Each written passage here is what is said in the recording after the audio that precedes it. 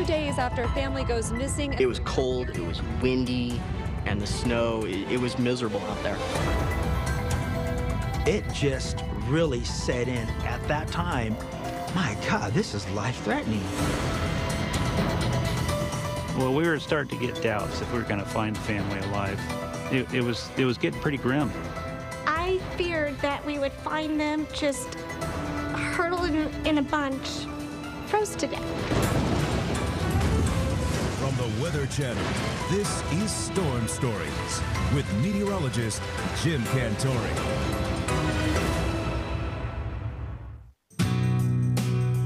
December 17, 2007.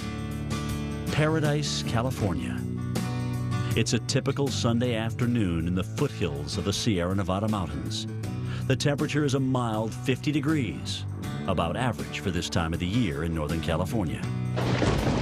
The area is bracing for a series of storms brewing over the Pacific Ocean. Meteorologist Chris Kuiper is watching the storm's trajectory at his desk at KNVN News in Chico, California. The winter is when we get our snow. That's our rainy season. So when the storm door opens, the jet stream drops southward into California, and that's when just every storm in the Pacific is sucked into California. Once the storm door opens for us in California, we know it's going to stay open for a while. We're going to continue to get storm after storm after storm.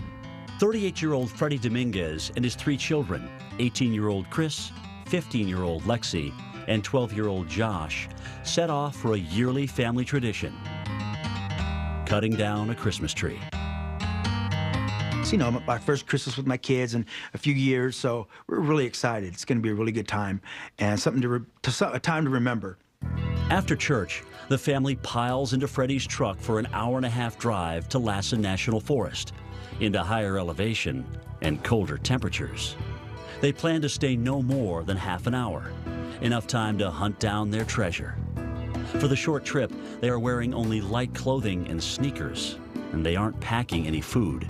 The plan is to stop for a meal on the way home. So and the storm was going to be coming, but we didn't think we were going to be very long. We figured we were just going to go up there and grab the Christmas tree and then come down real quick and be done. Around 3 p.m., Freddie parks his truck on a mountain road, and the 4 hike into the forest armed with a small saw.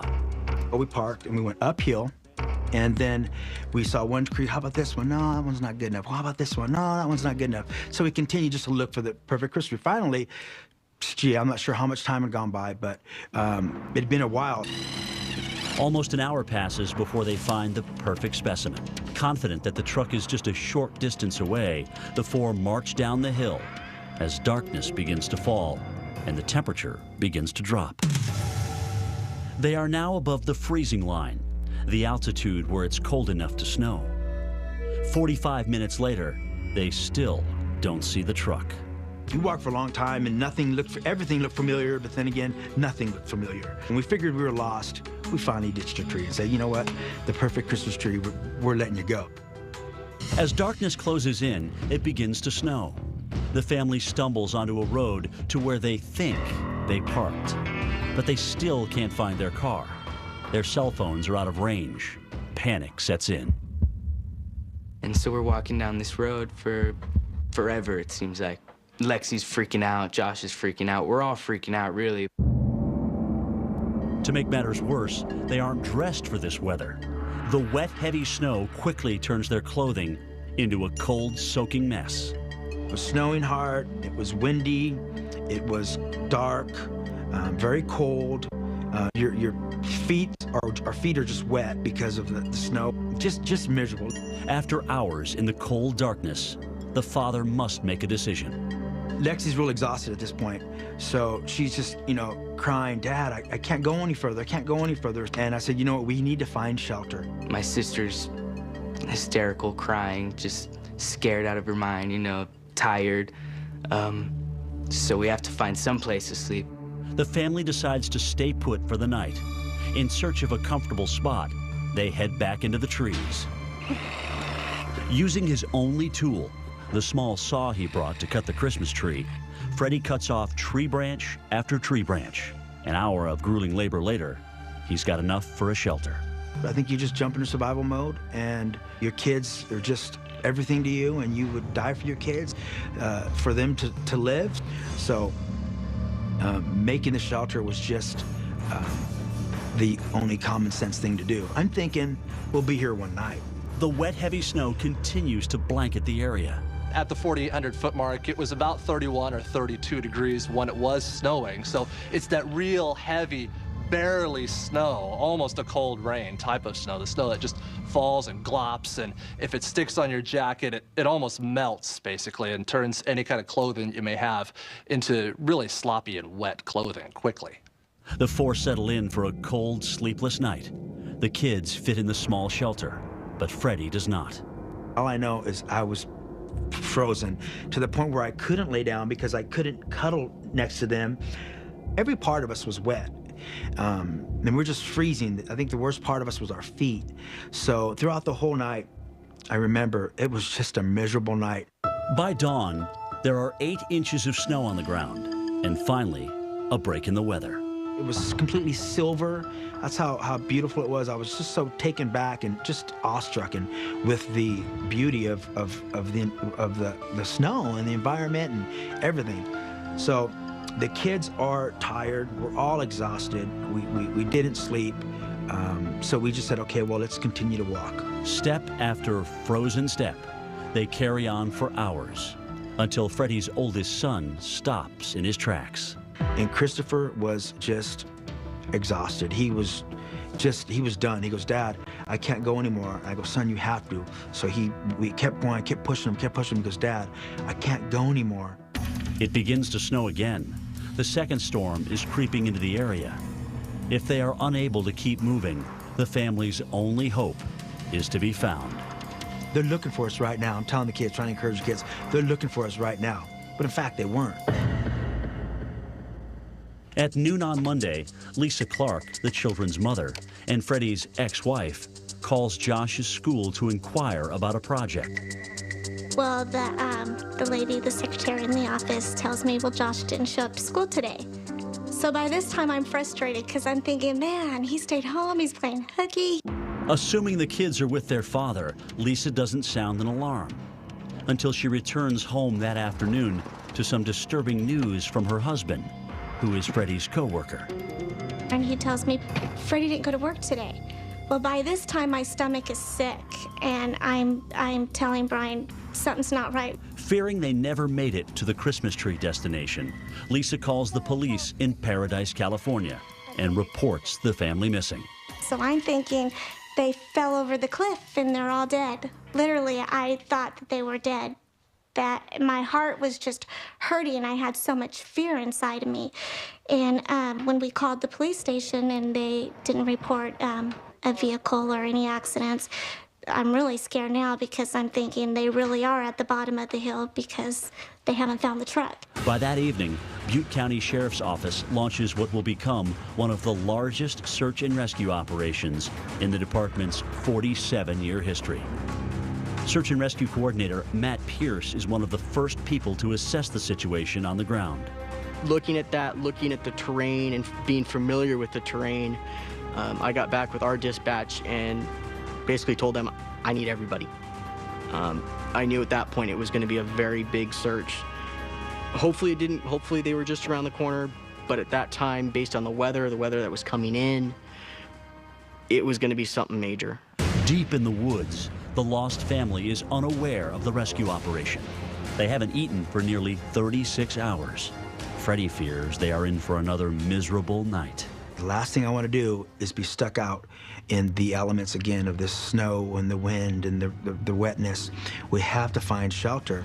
But as he watches his youngest force step after frozen step, the father's spirit begins to falter. Josh is my baby boy. He's my baby boy. And he was asking me these questions. Dad, are we going to make it, Dad? Are we going to make it, Dad?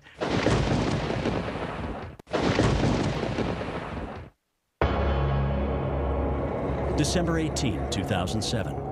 2 back-to-back weather systems are blanketing the Sierra Nevada mountains in California with snow. Freddie Dominguez and his 3 kids have already been lost in the freezing wilderness for 24 hours when the second storm rolls in. The second storm system, that was, again, truly a remarkable storm system for us.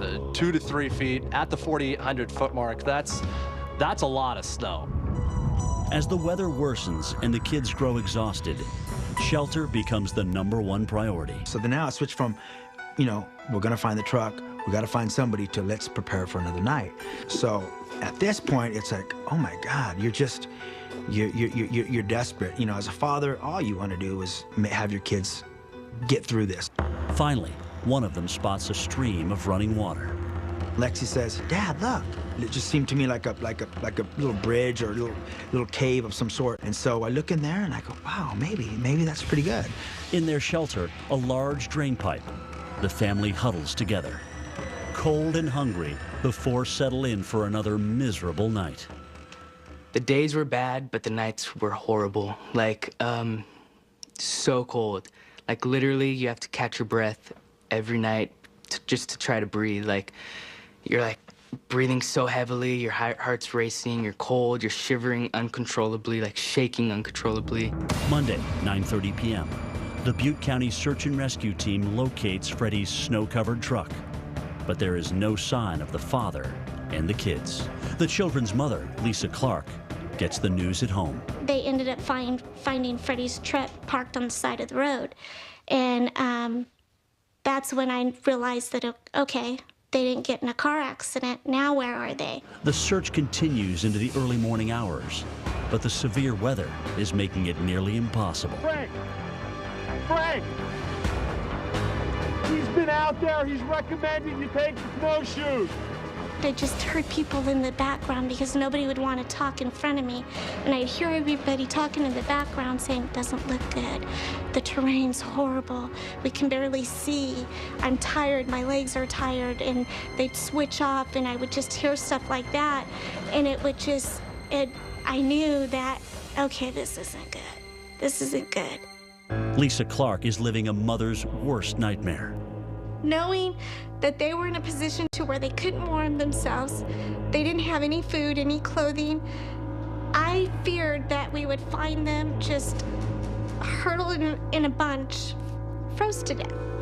And I didn't want them to go out like that. That's not what I pictured them living forever.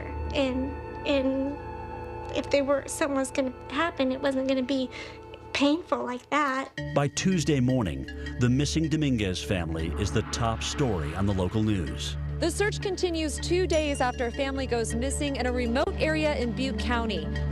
Search and rescue volunteers from all over the state join the operation. We have very little to go on. We need a lot of luck.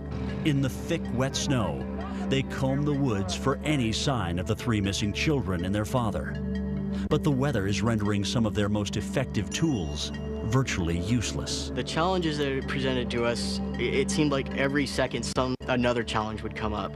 One of our best assets that we use for locating missing people is our canines. In the snow up there, the canines couldn't work. They would take 10 steps and their coats would be just covered in snow. As the day winds down, the hopes of finding all four alive begin to fade. Everybody that was involved in this, they were all hoping to find the family still alive and as well as could be. It was getting to the point, due to the weather, the severe storm, the amount of wind and snow that had fallen, people were starting to put the thought across that maybe we won't. Freddie and the kids have now been lost for 3 days. They have been drinking water from a nearby stream, but haven't eaten since they got lost. Huddled in their shelter under a giant drainage pipe, the four are struggling to keep a positive outlook when Freddie discovers one of them may be in serious trouble. So Lexi gets up and she says, Dad, my shoe fell off all night. So I got her foot and I looked at it and 2 of her toes were black. So I felt my eyes just get big. I went up out of sight from them and I just broke. I broke and I'm crying. I'm saying, God, just please, Lord, spare their feet, spare their lives. I don't care about myself. Just do whatever. I've lived my life. Spare my kids. Just please. It just really set in at that time. My God, this is life-threatening. Dozens of search and rescue volunteers continue to comb the area for any sign of the Dominguez family. But they are up against terrible weather conditions. It was cold, it was windy, and the snow, it was miserable out there. Finally, on the morning of December 20th, the weather breaks. It stops snowing long enough for the California Highway Patrol to attempt an aerial search. And it was, you know, a very small window of being able to get through the clouds up to the area in the high mountains where we were at. Helicopter pilot Steve Ward and flight officer David White swoop into the area for a bird's eye view. But they have only a tiny window of time to spot the missing family. Another severe snowstorm is pushing toward the area. Well, on the third day, it was storming. It was heavy cloud cover. It was snowing. And we knew that another storm was approaching. So if we were going to get in there, this was our best opportunity.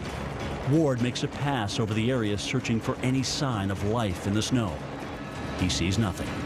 The clouds are closing in on the chopper, threatening to trap it inside the canyon. Well, we were starting to get doubts if we were going to find the family alive. It was getting pretty grim. The weather was bad. It was forcing us out. We just simply could not stay up airborne in that environment much longer because it was getting worse. Concerned about their own safety, the crew has no choice but to turn back. Then, Ward spots something in the trees below. And I happened to look down through the chin bubble, and I saw some movement through the trees. And that's when I told Dave, said, I think I see something down there. I was concerned that it was just one person. We were looking for a family of 4, but I only saw one.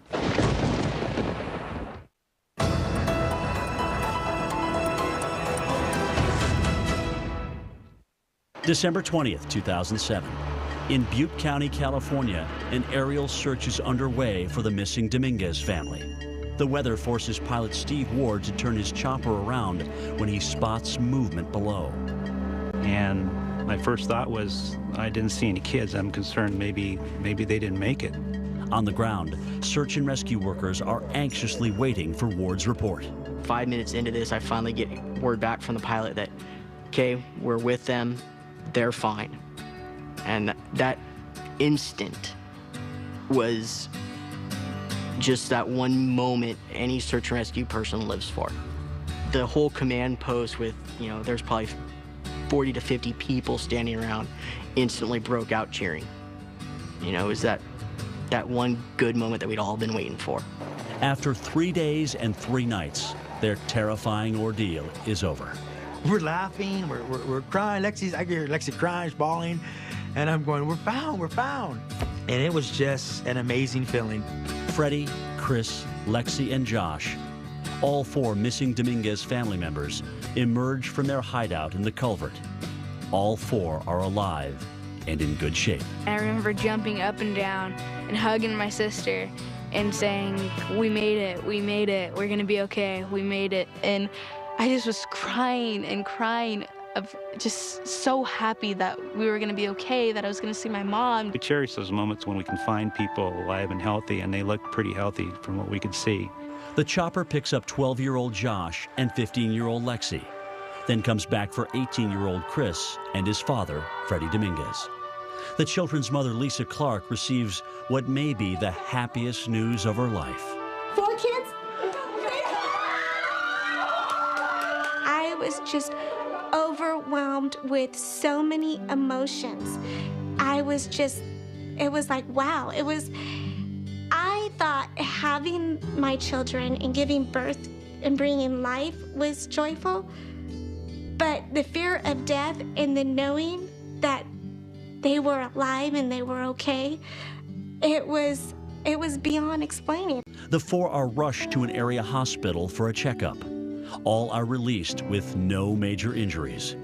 15-year-old Lexi suffers minor frostbite on her feet, but she recovers completely and doesn't lose any toes. Seeing my mom's face flying down the helicopter was awesome. Like seeing her just cry, just break down, like, you know, just seeing my kids are okay, you know, like, 'cause I knew she was working hard to get us back home, and, you know, just to see her and just say, like, hey, Mom, I love you.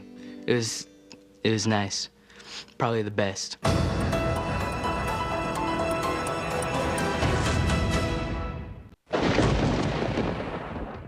December 2007, Butte County, California. The Dominguez family is rescued after being lost for 3 days and 3 nights in a snowstorm. After they fully recover from their frozen wilderness misadventure, Freddie and the kids reunite with the person they credit with saving their lives. That's the most gratifying part of this job, because you see people that are really hurt or injured and they really need your help, and you just happen to have the means to get them out. It's the best part of the job. For the entire community of Paradise, California, their safe return home is a Christmas miracle. I have people that come off the street and say, you know what, we were praying for you. And I just thank them, thank you. For the Weather Channel, I'm meteorologist Jim Cantori. Your local forecast is next.